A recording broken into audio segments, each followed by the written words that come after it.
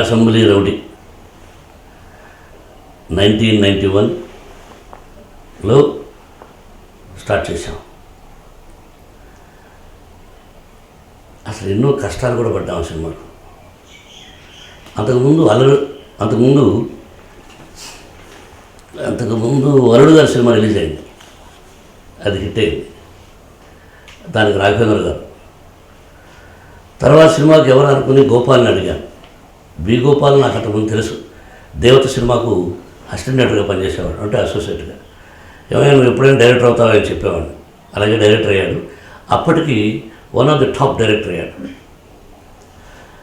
అప్పుడు బాలయ్యతో, అంటే మా సోదరుడితో ఒక సినిమా తీశాడు, అది సిల్వర్ జూబ్లీ ఆడింది. ఆ టైంలో మన గోపాల్ని అడిగాను, ఏ గోపాల్ సినిమా ఇలా తీయాలని. అన్న ఒకసారి సినిమా చూస్తాను అన్నాడు. తమిళ సినిమా అనువాదం, అంటే యాజ్ ఇట్ ఈజ్ మేము తెలియదు, దాన్ని ఎన్నో చెరుపులు మార్పులు చేశాం. అది చూపించాను ముందు క్యాసెట్. అప్పుడు VHS ఉండేది. తను చూసి, అన్న గోపాలకృష్ణ పరచూరు బ్రదర్స్కి చూపించి వాళ్ళతో ఒకసారి చూపిస్తాను అన్నాడు. అంటే వాళ్ళు చూసి వాళ్ళు ఓకే అంటేనే సినిమా తీస్తావా, లేకపోతే సినిమా తీవా, నువ్వు చేస్తావా చేయవు చెప్పబోయా అన్న. చేస్తానన్నా, మీరు అలాంటిది ఒకసారి చూపిద్దామన్నా, వాళ్ళని పెట్టుకుందామన్నా పిక్చర్ అన్నాడు. అది అందే ఉంది. అంటే అప్పుడు వాళ్ళ కోసం ట్రై చేస్తే తణుకులో ఉన్నారు గోపాలకృష్ణ గారు. నాకు గోపాలకృష్ణ గారితో ఎక్కువ చనువు అంటే ఇద్దరితో అగ్రదులతో ఉన్నా నాకు గోపాలకృష్ణ గారి డైలాగులు అంటే బాగా ఇష్టం. సమాజంలో జరిగే ఎన్నిటికీ అద్భుతంగా రాస్తుంటాడు. సరే ఫోన్ చేసి ఈవినింగ్ 7:38కు ఫోన్లు చేసి మొత్తం మీద ఆయన పట్టుకొని, సో అగ్రగా ఇలా క్యాసెట్ పంపిస్తున్నాను, ఒకసారి చూసి మీ అభిప్రాయం చెప్పండి, బాగుంటే బాగుంది, బాగలేదు బాగలేదు అని చెప్పండి, తీస్తానా లేదా అన్నది నా ఇష్టం యాజ్ ప్రొడ్యూసర్. అంటే నాకు ఇష్టం లేకుండా తీస్తావా, నా ఇష్టం అది. నువ్వు చెప్పింది హిట్ అవ్వదు, నేను చెప్పింది హిట్ అవ్వదు, ఒకసారి ఓన్లీ అదృష్టమే. బట్ ఫెయిల్ అయ్యే సినిమా తీయం, కాబట్టి I wanted to make that movie. But anyway నేను ఒపీనియన్ చెప్పనా. ఆయన సినిమా చూశాడు, నెక్స్ట్ డే ఫోన్ చేశాడు, అద్భుతమైన సినిమా, కొంచెం మార్పులు చెరుపులు చేద్దామని నాకు చెప్పాడు. బి గోపాల్ చెప్పాడు. బి గోపాల్ మాత్రం నా దగ్గరికి వచ్చి, గోపాల్ వచ్చి, బి గోపాల్ అలాగే అన్న సినిమా చేద్దాం అన్నారు. అవునయ్య నాకు కూడా ఫోన్ చేశాడులే అని చెప్పి, ఎస్. అప్పుడు ఆఫీస్లో కూర్చున్నాం. అది త్రిమూర్తి స్ట్రీట్, టీ నగర్, మద్రాస్. ఒక ఓల్డ్ బంగళా. ఆ బిల్డింగ్ గురించి ముందు చెప్పాలి. ఓల్డ్ బిల్డింగ్ రెంట్కి తీసుకున్నాం. వీధి సోలండి అన్నారు ఒక వ్యక్తి, ఈశాన్యంలో వీధి నేరుగా ఉందన్నారు. ఇక్కడ సినిమాల గురించి చెబుతూ ఒక వాస్తవం గురించి చెప్పాలి. ఆ ఇల్లు ఎప్పుడో 40 సంవత్సరాల ముందు కట్టారట. ఈశాన్యంలో కిచెన్ ఉంది, ఆగ్నేయంలో ఒక చిన్న బెడ్రూమ్ 10x10, నైరుతిలో 5x6 ఒక చిన్న గది, ఇంకొక చిన్న హాలు, ఇంకొక చిన్న రూము. ఇది అంటే నార్త్లో ఎంట్రీ, ఈస్ట్ ఫేసింగ్ అనమాట. దానికి ఏమయ్యా నువ్వు నీ ధైర్యానికి, ఆల్రెడీ సినిమాలు తీసావు, కొన్ని ఫ్లాప్ అయినాయి, ఏదో అల్లుడు గారు హిట్ అయింది, మళ్ళీ మంచి ఆఫీస్ తీసుకోకుండా అంటాడు. అల్లుడు గారు ఇక్కడే కదా ఆయన, ఇక్కడ అయింది, ఆఫీస్ మార్చమన్నారు, మార్చలేదు. అదే ఆఫీస్లో కూర్చున్నాం, డిస్కషన్స్ జరిగినాయి, కథలో చెరుపులు మార్పులు జరిగాయి, ఎవరిని పెట్టుకోవాలి, కాస్టింగ్. ఇలా అనుకుంటూ ఉండగా, మా సినిమా పరిశ్రమ చాలా గొప్పదండి, కళామ తల్లి, కానీ సమాజంలో చెడు పురుగులు ఉంటూ ఉంటాయి. దోమలు, బల్లులు, అడవిలో మృగాలు ఎలా ఉంటాయో ఇక్కడ కూడా వాటికంటే కూడా విషసర్పాలు లాంటి మనుషులు ఉంటూ ఉంటారు కొంతమంది. పక్కవాడు బాగుపడితే సహించరు. ఆ గోపాలను చెప్పారు, చాలామంది ఉన్నారు ఇప్పుడు ఇండస్ట్రీలో వాళ్ళు. అంటే నువ్వు నెంబర్ 1 డైరెక్టరు, అదేదో అల్లుడు గారు రాఘవేంద్ర వల్ల హిట్ అయింది, మళ్ళీ ఇప్పుడు సినిమా తీయడం ఒక్కరి వల్ల హిట్ అవ్వదు, ఎవరి వల్ల హిట్ అవ్వదు. ఆ కథ నడిపించే దర్శకుడు, ఆ తర్వాత నటీనటులు వాళ్ళు కూడా ఉన్నారు. బట్ దర్శకుడికి ఇప్పుడు నేను ప్రథమ స్థానాన్ని ఇస్తాను, ఈజ్ ద క్యాప్టెన్. అంతేగాని ఓన్లీ క్యాప్టెన్ వల్లే సినిమా ఆడిందంటే అవి ఏదో ఉంటాయి కొన్ని అని, నువ్వు చేసేది ఏంటి అన్నాను. అదే వ్యక్తులు నా దగ్గరకు వచ్చి, బి గోపాల్తో నువ్వు డైరెక్షన్ అంటే, అతను ఇప్పుడు మనకు ఫిల్మ్ ఏమిటంటే, మీకు అప్పుడు ఫిల్మ్ ఎలా ఉండేదంటే రోల్స్ ఉండేది. 1000 ఫీటు, 400 ఫీటు ఇలాగ. అతను 1000 అడుగులు సినిమా అంటే 100 అంటే 100 క్యాన్స్ అంటే 8,000 అడుగులు అంటాం, 100,000 ఫీట్ అనుకోండి, అలా ఎక్స్పోజ్ చేస్తారు అతను. అసలు బడ్జెట్ అంటే మామూలు, నువ్వేమో బడ్జెట్ అంటే కుదరదు అన్నాడు. అంటే నా దగ్గరకు వచ్చి అతని గురించి చెడ్డగా చెప్పారు, అతను పెట్టుకోవద్దని. అతని దగ్గరికి వచ్చి మోహన్ బాబు సినిమా ఎందుకు అని అన్నారు. అయినా నా మీద అతనుకున్న కాన్ఫిడెన్స్, ప్రేమ, అలాగే నాకు అతని మీద ఉన్నటువంటి నమ్మకం, ఈ రెండు కలిసి స్టార్ట్ చేశాం. అప్పుడు దివ్యభారతి హీరోయిన్గా అప్పుడు అంతకుముందు రామారావు గారి సినిమాలో యాక్ట్ చేసింది. ఆ అమ్మాయి గురించి కూడా చెప్పారు, చాలా డేంజర్ అయ్యా, ఫస్ట్ పిక్చర్ అయింది, నువ్వేమో రెండో పిక్చరు, షూటింగ్ అవ్వక ఆఫ్ చేస్తుంది, వెళ్ళిపోతుంది, నువ్వేమో ఇలా అనుకుంటావని అదొక కథ చెప్పుకొచ్చాను. మా తమ్ముడు కృష్ణ, అన్న ఎవరి మాటలు వినేందుకు మనం కావాలనుకున్నాం, ఆ అమ్మాయి బాగుంది, ఆ అమ్మాయి గెలిచేస్తే ఓకే అన్నాడు. వేణుగోపాల్ ఓకే అన్నాడు. సరే ఆ అమ్మాయిని సంప్రదించాం, షీ యాక్సెప్టెడ్. Wonderful girl. అసలు ఆ అమ్మాయి బ్రతుకుంటే ఇండియాలో one of the top figure అయి ఉండేది, ఇండియాలోనే గర్వించినటువంటి మహానటి అయి ఉండేది, అందగత్తు కూడా. సరే అమ్మాయి ఫేటు పోయింది పాపం. సరే అమ్మాయిని సెలెక్ట్ చేశాం. ఇంకా నటీనటులు కావాలి. రావుగోపాలరావు గారిని ఒక క్యారెక్టర్ అడిగాం. నన్ను ఎప్పుడూ తమ్ముడు అంటుంటాడు, నేనేమో అన్నయ్య అంటుంటాను. రావుగోపాలరావు గారికి నాకు మంచి చనువు ఉంది. ఆయన అసిస్టెంట్ డైరెక్టర్గా పనిచేస్తున్నప్పటి నుంచి కూడా నేను అసిస్టెంట్ డైరెక్టర్గా పనిచేశాను, రావుగోపాలరావు గారు పనిచేశారు. సరే అడిగితే, తమ్ముడు నేను ఆలస్యంగా వస్తాను, నీకు కోపం వస్తుంది, ముందు ఒప్పుకున్నారు ఆయన, ఆలస్యంగా వస్తాను, ఎందుకు లేని సినిమా వదిలేసి నన్ను అన్నారు. ఆ తర్వాత ఎవరైనా అనుకుంటే జగ్గయ్య గారు గుర్తొచ్చారు నాకు. నేను జగ్గయ్య గారు కూడా అన్నగా భావిస్తాను, మాకు ఎంతో ఫ్యామిలీ బంధుత్వం ఉంది. ఆయనకు ఫోన్ చేశాను, జగ్గయ్య గారితో సినిమా తీయాలంటే ఆయన ఇంటికి వెళ్ళాలి, ఎప్పుడున్నారు కనుక్కొని ఆయన అపాయింట్మెంట్ తీసుకొని ఆయనకు దర్శకుడు, రైటరు కథ చెప్పి ఆయనకు ఓకే అయితే ఓకే. నా చదువు ఇటువంటిదంటే ఫోన్ చేశాను, అన్నయ్య సినిమా ఒకటి ఉంది చేయాలి మీరు అని. ఏంట్రా అందరూ వద్దనుకున్నారు, నా దగ్గరికి వస్తున్నావా అన్నాడు ఆయన. అప్పుడే తెలిసిపోయినాను అందరూ వద్దనుకోవడం కాదు. సరే లేదులే అన్నయ్య మీరు సినిమా చూడండి అని చెప్తే జగ్గయ్య గారు సినిమా చూశారు, ఓకే ఓకే అన్నారు. కంటిన్యూ.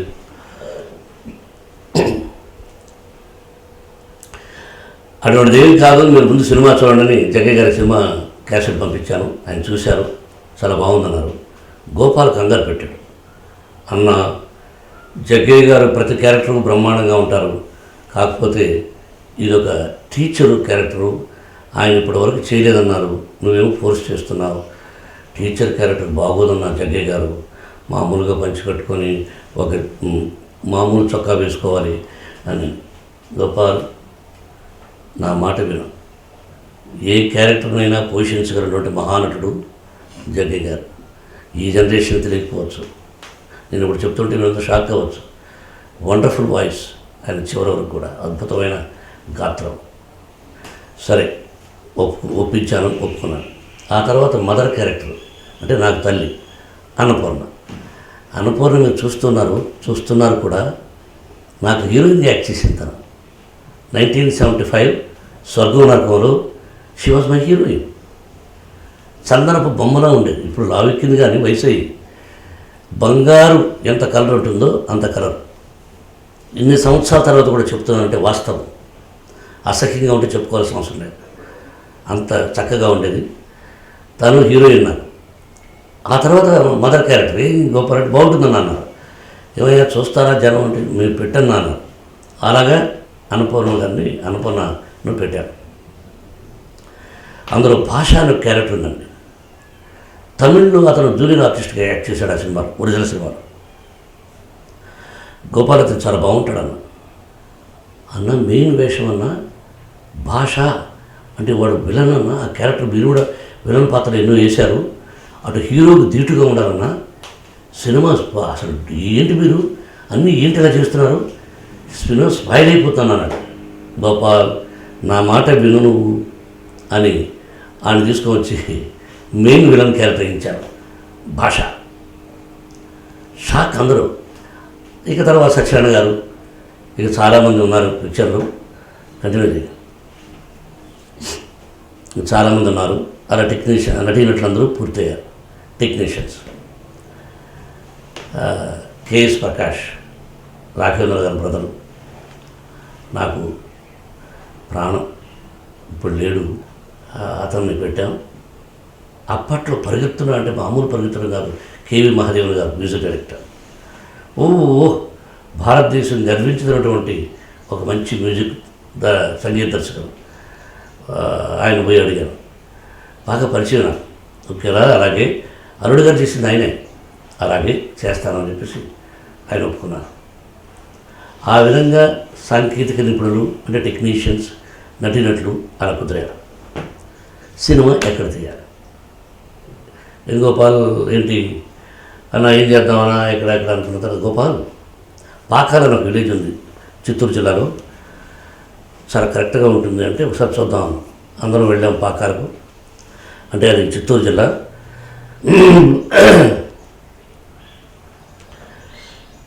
పాకాల అన్నది చిత్తూరు జిల్లా, అంటే తిరుపతికి 30 మైళ్ళ నుండి 20-25 కిలోమీటర్లు ఉండొచ్చు అనుకుంటాను, కరెక్ట్గా తెలియదు నాకు. వెళ్ళి చూసాం. అన్న చాలా బాగుంటుంది అనుకున్నాం. గోపాల గురించి ప్రత్యేకంగా చెప్పాలంటే చాలా చెప్పాలి.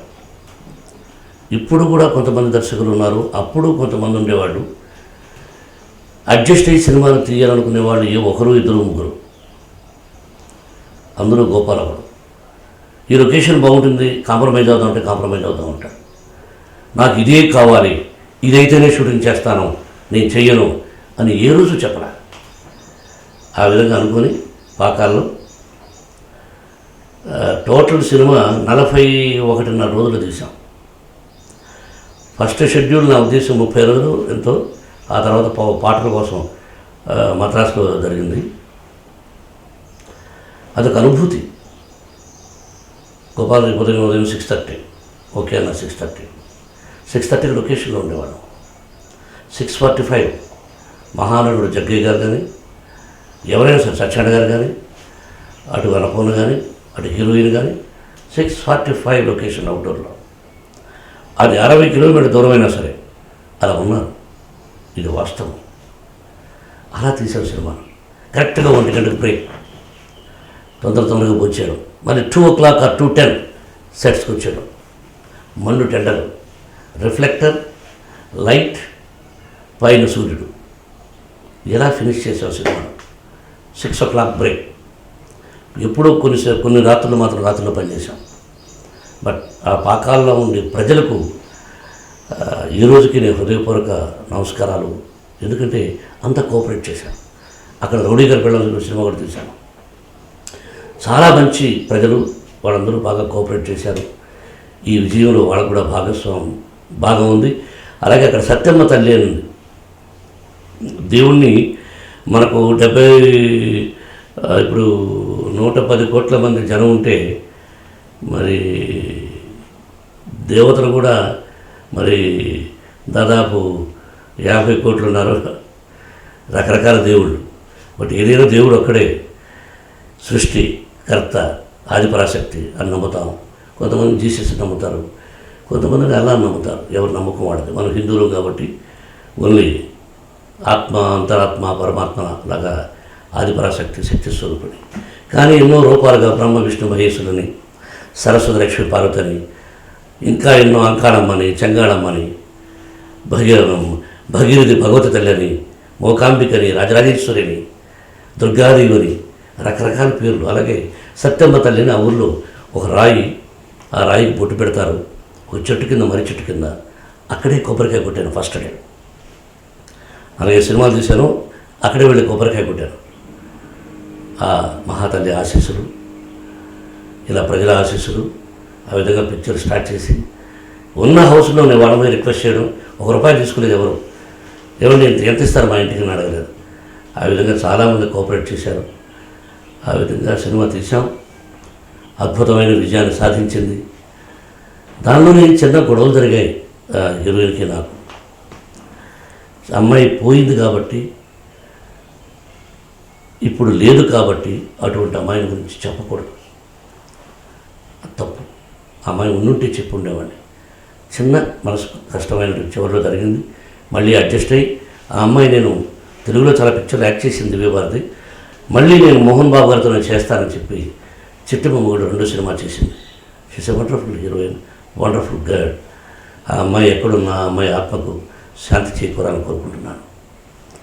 ఈ విధంగా పిక్చర్ అంతా తీసాం. ఇంకో విషయం చెప్పడం మర్చిపోయాను. రాఘవేంద్రరావు సోదరుడు అల్లుడు గారి సినిమా తీశాను. ఆయన తీశారు మా బ్యానర్లో. సినిమా సూపర్ హిట్ అయింది. ఆయన ఒక మాట అడిగాను, సోదరా మీ బ్యానర్లో ఎంతోమంది హీరోలతో తీశావు నిర్మాతగా, ఒక్కటి హిట్ లేదు. నాకు నీకంటే ముందు నా బ్యానర్లో హిట్ కూడా ఉంది. నేను పడిపోయిన వాడిని మళ్ళీ లేపావు ఇప్పుడు అల్లుడు గారికి. ఈ సినిమా చూడు, అసెంబ్లీ రోడ్డు అంటే పేరు పెట్టలేప్పుడు తమిళ సినిమా చూడు, బాగుంటే నీకు నచ్చితే నీ బ్యానర్లో చేస్తాను అన్నాను.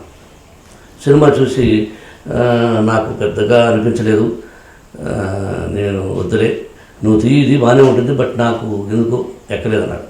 అంటే రాఘవేంద్ర కూడా ఈ సినిమాని చూసి ఓహో అన్నాడు. సరే ఏదైతే స్టార్ట్ చేసామో గోపాల్ ఒప్పుకున్నాడు. ఆ విధంగా సినిమా తీసి ఒక మంచి రోజున రిలీజ్ చేశాం. సినిమా పూర్తి చేసాం, బాగానే ఉంది. రిలీజ్ చేయాలి, బయ్యర్స్ వచ్చారు, కొన్నారు, అది కూడా బాగానే ఉంది. అసలు విషయం ఏంటంటే ఇంకో విషయం చెప్పడం మర్చిపోయాను. తిరుచానూరులో షూటింగ్ జరుగుతుంది, క్లైమాక్స్. అప్పుడేమో అన్నగారి ప్రభుత్వం, తెలుగుదేశం అంటే మా ప్రభుత్వం ఉండేది. నేను తెలుగుదేశమేగా మొదట. ఈ రోజున ఏ పార్టీలో లేను ప్రస్తుతానికి. నెక్స్ట్ మంత్ తెలుస్తుంది మీకు, లేదా 1 year తర్వాత తెలుస్తుంది అసలు నేను పార్టీలో చేరాలా లేదా అనేది. ఏ పార్టీ అనేది అది ఇప్పుడు అప్రస్తుతం. అసెంబ్లీ రోడ్డు విశేషాల గురించి మాట్లాడుకోవాలి. అన్నగారి ప్రభుత్వం తెలుగుదేశం, అన్నగారు ముఖ్యమంత్రి. తిరుచానూరులో షూటింగ్ తిరుపతి దగ్గర. క్లైమాక్స్లో మంచి పవర్ఫుల్ డైలాగ్స్ చెప్తుంటే ఒకడు గబక్కన ఏడయా గబక్కన దూరేశారు ఒక 5 మంది. ఏంటి కాంగ్రెస్ గవర్నమెంట్ డైలాగ్ లాగా ఉన్నాయన్నాడు. అందరూ కంగారు పడ్డారు. షూటింగ్ ఆగింది. నేను అడిగా, ఏమయ్యా కాంగ్రెస్ అనే పదం అనలేదు, డైలాగ్ చెప్తున్నాను, నీకు సంబంధం ఏమిటి? మేము రోడ్డు పర్మిషన్ తీసుకున్నాం, పోలీస్ పర్మిషను, గ్రామ పర్మిషను, పంచాయతీలు అన్నీ ఉన్నాయి. ఏంటో షూటింగ్ మధ్యలో దూరాడు అతను. ఇది ఎన్ని అంటున్నాడు. కాదయ్యా సినిమా వేరు, రాజకీయం వేరు, నా మాట వినంటే రౌడీని చేశాడు. అప్పుడు నా విరోచితం చూడాలండి. సినిమాలో హీరో కాదు నేను, అప్పుడు నిజ జీవితంలో నిజమైన హీరోరా అని వేటాడేవాడు. షూటింగ్ మానేసి మేకప్ ఇది చేతిలో ఒక ఆయుధం, అంటే విలన్ను కొట్టే ఆయుధం, ఆ డైలాగులు చెప్తున్నాను. వాడు తరిమి తరిమి తరిమి తరిమి అందరికీ అర్థం కాదు, అరుస్తూ కొంతమంది నా వెంట పడ్డారు. వయస్ పట్టుకున్నామని పట్టుకొని నేను చెప్పాను, అన్ని పర్మిషన్స్తో న్యాయబద్ధంగా నేను సినిమా తీస్తున్నాను. బాగుంటే నువ్వు చూడు, బాగాలేదని సినిమా మాని. నువ్వు ఏ పార్టీ అయినా నాకు లెక్కలే. నేను ఒక పార్టీ తరపున సినిమా తీయలే. నేను నటుడు ఎన్నైనా ఈ పాత్రలైనా వేయచ్చు. Success failures depends upon the fate. నువ్వు ఇక్కడ రౌడీజం ఏంటి?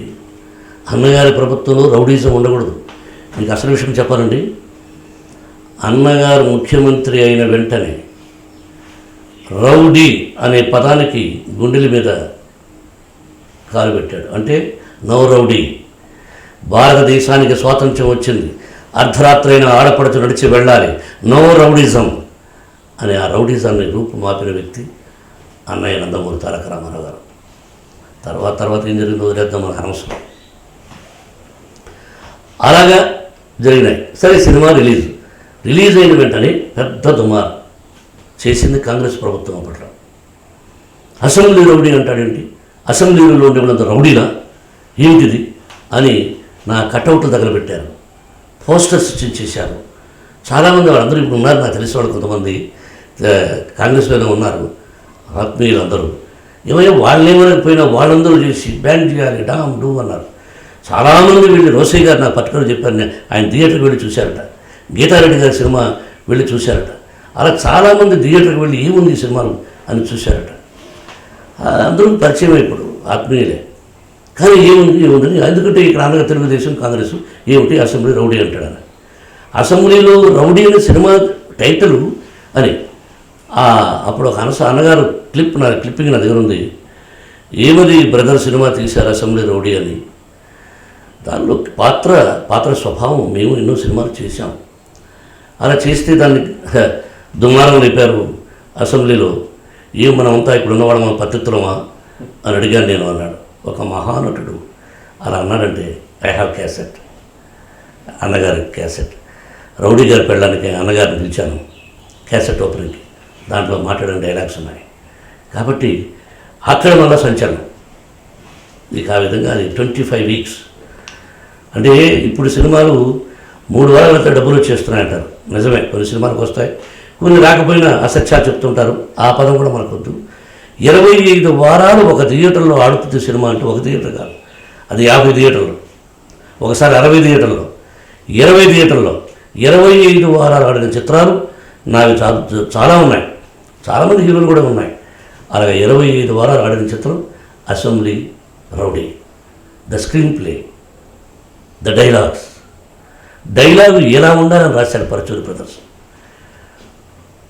దాన్ని పరాకాష్ఠ తీసుకెళ్లారు వాళ్ళు. నాకు డైలాగ్ చెప్పించే విధానంలో ఈ డైలాగ్ని ఎలా చెప్పాలి, అరిస్తే కరుస్తే నిన్ను కూడా బొక్కలో వేస్తాడు, ఆగరా, ఇటువంటి అసలు పవర్ఫుల్, మనిషిని గుండెలు దూచిపోయే డైలాగ్స్. ఇచ్చింది ఇవ్వడం, అదే సత్యానికి తెలిసి ఉంది. ఇచ్చింది ఇవ్వడం, ఇచ్చింది తిరిగి ఇవ్వడం అలవాట్లేదు, దానికి వడ్డీ ఇస్తానని చెప్పి ఒక వెంట్రుక తీసి దానిలో పెట్టి అని ఇచ్చాడు. అతను ఎమ్మెల్యేలు కొనాలని వస్తాయి, ఎమ్మెల్యేలు కొనాలని వచ్చాడు. అతను 5 లక్షలు ఇస్తాను, లేకపోతే మా నాన్న ఏదో చేస్తా అన్నాడు. అది క్యారెక్టర్. ఇప్పుడే చూస్తున్నారు, అప్పుడు తీసిన సినిమాని ఇప్పుడు చూస్తున్నారు. ప్రజల్లో అప్పుడు ఎలా రెవల్యూషన్ వచ్చిందో ఆ సినిమాలో ఆ విధంగా రెవల్యూషన్ వస్తే తప్ప ఎంతండి పోలింగ్, 50%, 60% పోలింగ్ అయిన వాళ్ళు మన రాజ్యాంగాన్ని, మన రాష్ట్రాన్ని, దేశాన్ని పరిపాలిస్తున్నారు. ఈ డైలాగులన్నీ పొలిటికల్ దానిలో ఉన్నాయి. కాబట్టి ఒక పవర్ఫుల్ డైలాగ్స్. ఎమ్మెల్యే అంటే ఏంటి, ఎం అంటే మంచిని, ఎల్ అంటే లాభం చూసుకోకుండా, ఏ అంటే అందరికీ పంచేవాడని. అప్పుడు ఎం అంటే మర్డర్స్, ఎల్ అంటే లూటీస్, ఏ అంటే సంథింగ్ ఏదో ఉంది. అలా ఎమ్మెల్యే అటువంటి వాళ్ళు ఎక్కువ ఉన్నారు. ఇలా ఎమ్మెల్యే అన్నాను, ఇండిపెండెంట్ని ఆ విధంగా చేసి అన్నాను. ఇండిపెండెంట్ని, నేను ఎవరికి భయపడే వ్యక్తిని కాదు, ఉన్నట్టు మాట్లాడేవాడిని, తప్పు చేసిన వాడిని తోలు ఉరుస్తా, తుప్పు ఏదో అంటే సంథింగ్ పవర్ఫుల్ డైలాగ్స్. ఆ విధంగా ఆ సినిమా అన్ని రకాలుగా గొడవలు అది ఇది జరిగింది. ఫైనల్గా నేను అసెంబ్లీ రౌడీ గారు పెళ్ళామని నిజాం గ్రౌండ్స్లో ఫంక్షన్ చేశాను. నాకు చాలా ఉందండి హిస్టరీ. ఒక్కొక్క హిస్టరీ చెప్పాలంటే ప్రస్తుతానికి అసెంబ్లీ రౌడీ గురించి సినిమా చెప్పుకోవాలి. అసెంబ్లీ రౌడీ గారి పెళ్ళానికి ఏంట్రా అంటే, రౌడీ గారి పెళ్ళాం దర్శకుడు కేఎస్ ప్రకాష్, దాని కెమెరామెన్ అసెంబ్లీ రౌడీ.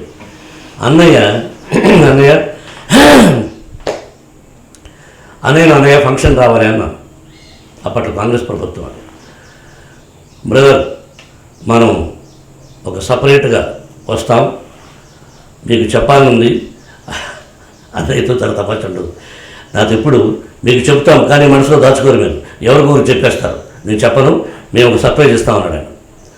ఈ అన్నయ్య సర్ప్రైజ్ ఇచ్చిండ్రా బాబు అని భయపడటం రాగలను నేను. అన్నయ్య నాకు చెప్పేసింది అన్నయ్య అన్నాను. ఇట్స్ ఆల్ రైట్, మనం మల్లెపూలు అంటే డ్రెస్సుల్లో వస్తున్నాం, కాషాయ వస్త్రం తీసేసాను. అంతేగా అనుకున్నాం. ఎవరికి చెప్పను నేను మాత్రం. ఒక రాఘవేంద్రరావు మాత్రం చెవులో ఊదే, నిజమా అన్నాడు. సరే, ఆయన బస్సులో వచ్చారు. ఆ బస్సులో నుంచి దిగారు. చూస్తే అసలు తెల్లటి దుస్తుల్లో, అంతవరకు కాషాయంలో చూసిన వ్యక్తి తెల్లటి దుస్తుల్లో ఆయన చూస్తే ఆ రూపం, ఆ ముఖ వర్చస్సు, హెడ్సప్. అలా వచ్చి ఆ ఫంక్షన్ అద్భుతంగా జరిగింది. దానిలో నన్ను గురించి అన్నయ్య చెప్పారు. ఏకగర్భమునందు జన్మించకపోయినా మీ ఇద్దరు అన్నదమ్ములని చెప్పాడు నాకు. అటువంటి మా అన్నయ్య లేరు, కాదు లేరు. అలాగే అసెంబ్లీ రౌడీ ఫంక్షన్ కూడా అలా చేశాం. మా సమిష్టి అందరూ కలిసి కట్టుగా చేసిన సినిమా 41 రోజుల్లో 5 పాటలు ఉంటాను. 5 పాటలతో శాస్త్రమే లేదు, వాస్తు శాస్త్రమే లేదు అన్న ఇంట్లో షూటింగ్ చేసి విజయాన్ని సాధించినటువంటి చిత్రం. దీనికి నా తల్లిదండ్రుల ఆశీస్సులు, భగవంతుని ఆశీస్సులు, ఈ దర్శకత్వం వహించిన గోపాల ఆశీస్సులు, తోటి నటీనటుల ఆశీస్సులు, అన్నిటికీ మించి ప్రజల ఆశీస్సులు ఉండబట్టి ఇటువంటి గొప్ప విజయాన్ని సాధించింది అసెంబ్లీ రౌడీ. అంటే 25 సంవత్సరాలైంది. కాలం ఎంత తొందరగా వెళ్ళిపోతుందో చూడండి. అందుకే అవయవాలు పనిచేస్తున్నంత వరకు కష్టపడుతూనే ఉండాలి, కష్టపడి పని చేయాలి, ఏదో ఒక మంచి పని చేయాలి.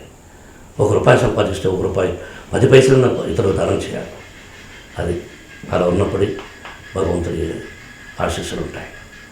అది నా ఆలోచన, నా పైన నేను నిత్య కృషివరు ఉండాను, నిత్యం ఏదో ఒకటి చేస్తూ ఉండాలి అనేది నా తత్వం. మీ అందరి ఆశీస్సులతో ఆ తర్వాత విద్యాలయాలు, ఆ సినిమా తర్వాతనే విద్యాలయాలు ప్రారంభమయ్యాయి. దానిలో బ్రహ్మానందం కూడా యాక్ట్ చేశాడు. గమ్మత్తైన కాంబినేషన్ మాట. మేము దాదాపు 34 సినిమాల్లో యాక్ట్ చేశాం. Is a wonderful artist, no doubt. మంచి నటుడు, టైమింగ్ ఉన్న నటుడు. అటువంటి నా పక్కన కూడా బ్రహ్మానందం కాకుండా ఇంకొక నటుడు ఉంటే అంత రాణించకపోవచ్చు.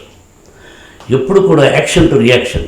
అతను ఒక రియాక్షన్ ఇస్తే, నేను ఒక రియాక్షన్ ఇస్తే మాటకు సమాధానం, ఆ జర్కులు, ఆ డైలాగులు, ఆ వంపు సొంపులు అన్నీ అత్యద్భుతంగా చేయగలిగిన మంచి నటుడు Brahmanandam. Is a very good actor. అలాగే చాలామంది చేశారు, పేర్లు కొన్ని ఇంకా చాలామంది కొంతమంది చేశారు, గుర్తుకు రాలేదు. ఇరవై ఫైట్ మాస్టర్ కూడా దీనిలో అద్భుతంగా చేశారు. రెగ్యులర్ టెక్నీషియన్, ప్రతి పాట ఆణిముత్యం. రసరాజు అని తణుకులో ఉంటాడు, కొత్త రైటర్. ఆయన అల్లుడు గారికి పెట్టాను, నేనే ప్రోత్సహించింది. జగ్గయ్య గారు పరిచయం చేశారు. అందమైన వెన్నెలలోన అవార్డు, నేషనల్ అవార్డు వచ్చింది ఆ పాటకు అప్పట్లో. ఇక అన్నగారి ప్రభుత్వం ఆ తర్వాత లేదు. అందువల్ల ఆ పిక్చర్కి నాకు ఏమో అవార్డులు ఇవ్వలేదు. అవార్డులు ఎవరికి కావాలి? సినిమా తీస్తే మంచి పేరు రావాలి, డబ్బు రావాలి, తీసిన దానికి ఫలితం దక్కాలి. మనం పైరు పెట్టినా తుఫాను వచ్చి కొట్టుకుపోకుండా, ఏదైనా నష్టం జరగకుండా మనం పెట్టిన రూపాయికి ₹10 వస్తే ఆ రైతు ఆనందపడతాడు. అలాగే ఇక్కడ వ్యాపారం. నేను నిర్మాత, శ్రీలక్ష్మీ ప్రసన్న పిక్చర్స్. మరి తీసాము, విజయాన్ని సాధించింది, ₹1 ఇచ్చింది. ఆ ఫంక్షన్లో నేను చాలామందికి అసోసియేషన్స్కి డబ్బులు ఇచ్చాను కూడా. నేను చాలామంది యాక్టర్స్, చాలామందికి ఆయన్ని చేసిన దానాన్ని గురించి మనం చెప్పుకోవడం గొప్ప కాదు. నేను గొప్పవాడిని కాదు, నాకున్న దానిలో ఇవ్వగలిగాను.